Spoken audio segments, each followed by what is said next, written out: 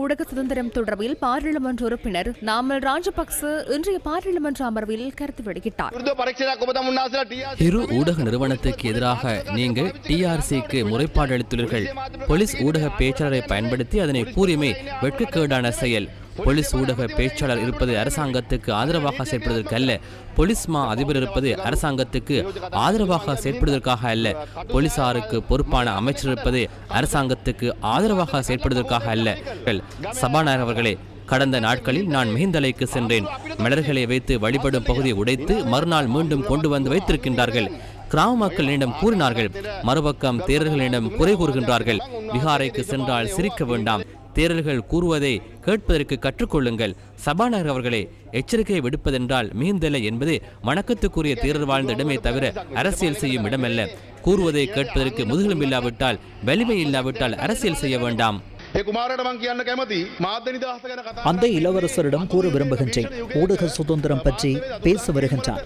இருண்ட யுகத்தில், பயங்கரமான யுகத்தில் ஊடகவியலாளர்கள் காணாமல் போனவை, ஊடகவியலாளர்களை கொலை செய்தமை தொடர்பில் குற்றம் சாட்டப்பட்டுள்ள அரசாங்கத்தின் முன்னாள் உறுப்பினர்கள் இவர்கள். அவர்களின் யுகத்தில் இலங்கையின் ஊடக சுதந்திரம் ஏனைய 173 நாடுகளில் இலங்கை 165வது இடத்திற்கு தள்ளப்பட்டது. 13க்கும் அதிகமான ஊடகவியலாளர்கள் கொல்லப்பட்டுள்ளனர். லசந்த விக்ரமதுங்க கொலை செய்யப்பட்டார். பகி டெக்னலி கூட காணாமல் போனார். இலங்கையில் உள்ள 50க்கும் அதிகமான ஊடகவியலாளர்கள் நாடு கடத்தப்பட்டனர். சிரசவுக்கு வெடிகுண்டு தாக்குதல் நடத்தினார்கள். அவ்வாறான யுகத்திலிருந்து நாமல் ராஜபக்ச பொய்க்கூறும் நிறுவனத்திற்காக முன்னிற்கின்றார்.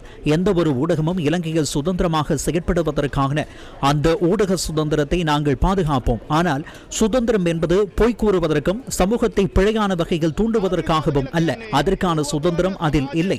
எந்த ஒரு ஊடகமும் பொறுப்பற்ற முறையில் ஆதாரங்கள் இல்லாமல் பொய்யான செய்திகளை வெளியிடுமாக இருந்தால் அதற்கான பொறுப்பை அந்த ஊடக நிறுவனம் ஏற்க வேண்டும் என்றே நாங்கள் கூறுகின்றோம்.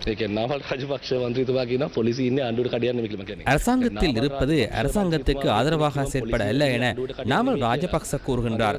பாராளுமன்ற உறுப்பினர் நாமல் ராஜபக்ச போன்ற ஒருவர் போலீசார் இருப்பது அரசாங்கத்துக்கு ஆதரவாக செயற்படுவதற்கு அல்ல என்று கூறும் பொழுது தேசபந்து இடுப்பில் கையை வைத்துக் கொண்டு சிரிப்பார் நினைக்கின்றேன்.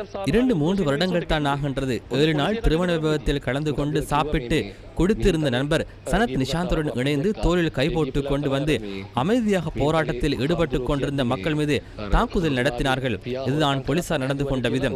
மிகிந்தலைக்கு சென்ற கதை ஒன்று கூறினீர்கள்.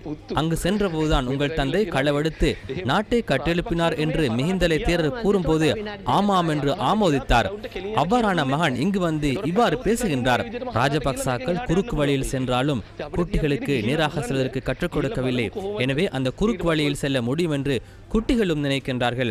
சென்று பாருங்கள் என்று நாங்கள் கூறுகின்றோம். அவ்வாறு பயணிக்க முடியும் என்பதை பார்ப்போம். இல்லாவிட்டால் குறைந்தபட்சம் இப்போதாவது சாதாரணமாக அரசியல் செய்வதற்கு மாற்றத்தை செய்து அரசியல் செய்யுங்கள் என்று நாங்கள் கோரிக்கை விடுக்கின்றோம். குறைந்தபட்சம் ஒவ்வொரு நாளும் எதையாவது கூற வேண்டும் என்று இல்லை, வாயை மூடிக்கொண்டிருக்க முடியும். அவ்வாறு இருந்தாலும் மிகவும் சிறப்பாக இருக்கும்.